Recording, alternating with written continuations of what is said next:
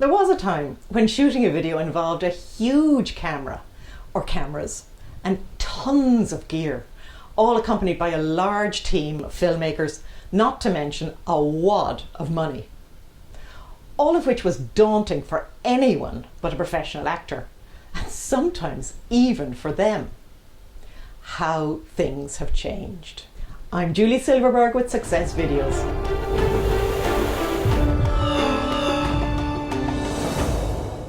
Now, you can shoot a video on a smartphone and get a pretty good result. So in many ways, the technology is the least of your worries. So what it comes down to really is how you perform on video as to whether or not you connect with your audience. I hope you'll forgive my assumption here. You want to connect with your audience, and you want to connect for a specific reason. And you looked at this briefly in the pre-production video. So you have your script and you've decided how you want to come across. I know, you just want to be yourself, authentic. It reminds me a bit of when I lived in Finland, and Finns would say to me they wanted to speak with an English accent and slightly poo-pooed the American accent. I was both perplexed and fascinated and wondered which type of English, Cockney, Liverpudlian, upper class, or unintelligible to the untrained ear, or one of the other 57 varieties. I was curious why they were telling me, especially since I don't have either. Mind you, I never did get a clear answer. Anyway, back to the shoot. I don't know if you've noticed, you bring a different you to the fore depending on the context. There may be the playful you when you're playing with your kids or teasing your friends on an evening out. Then there's the you when you're presenting to a group, or there's the leader you, the friendly you, and maybe even the silly you. I guess you get the picture. The interesting thing is you snap in and out of these various yous at the drop of a hat. So ask yourself, how do you want to project yourself? Who do you want to be? Who do you want your audience to see?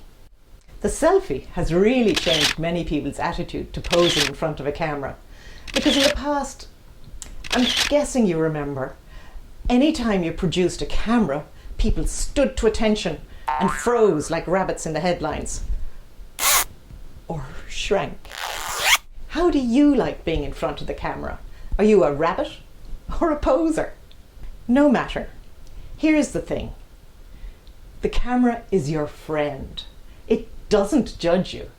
It just wants to do the best job it possibly can, and it's up to you to help it.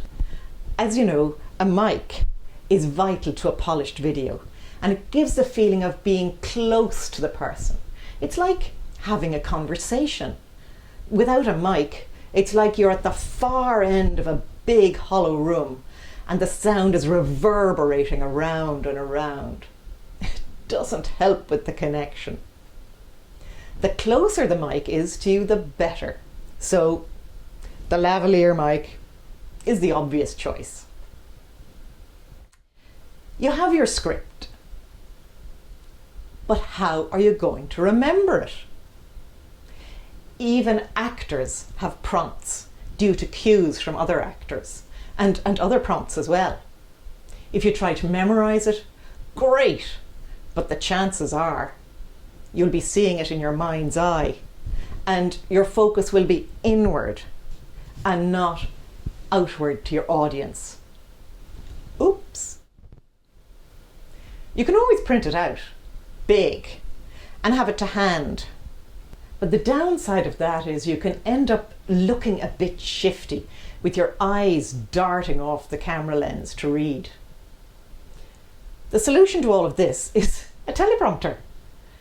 And even with the teleprompter, there's an art to using it effectively. I'll make a video on that in the future. In order to make the shoot go as smoothly as possible, you'll probably want to practice your script in advance. Decide what gestures or props you'll use and when. What inflections do you want to use in your voice to create the unconscious responses you want from your audience? What else can you do? You can play with your script so you loosen up your body and thus come over more naturally. One of the interesting things about the camera is it soaks up about 50% of your energy. And I guess you don't want to come over like a zombie. This means you need to deliver with extra energy. Unless, of course, zombie is what you're going for. It's so popular at the moment. But perhaps not great for boosting your business. Finally, be prepared to do lots of takes. You'll stumble, stutter, or frown in the wrong place. Never mind. Just go again. There's no need to go right back to the beginning each time. Just resume from before the hiccup. Then it can be stitched together during the edit. Each time you record yourself, you will improve. Just like anything else, practice makes perfect. The funny part is, by the last take, you're probably ready to give up, blow up, or whatever, and you let go and relax, and that becomes the foundation of the edit. And it's a wrap. So, to recap, keep the technology as simple as possible. Decide who you are and how you want to come across. Use a mic, practice, practice, practice, and be prepared for lots of takes. And have fun. Thanks for watching. In the next video, we'll examine the editing process. See you then. I'm Julie Silfverberg with Success Videos, your video coach.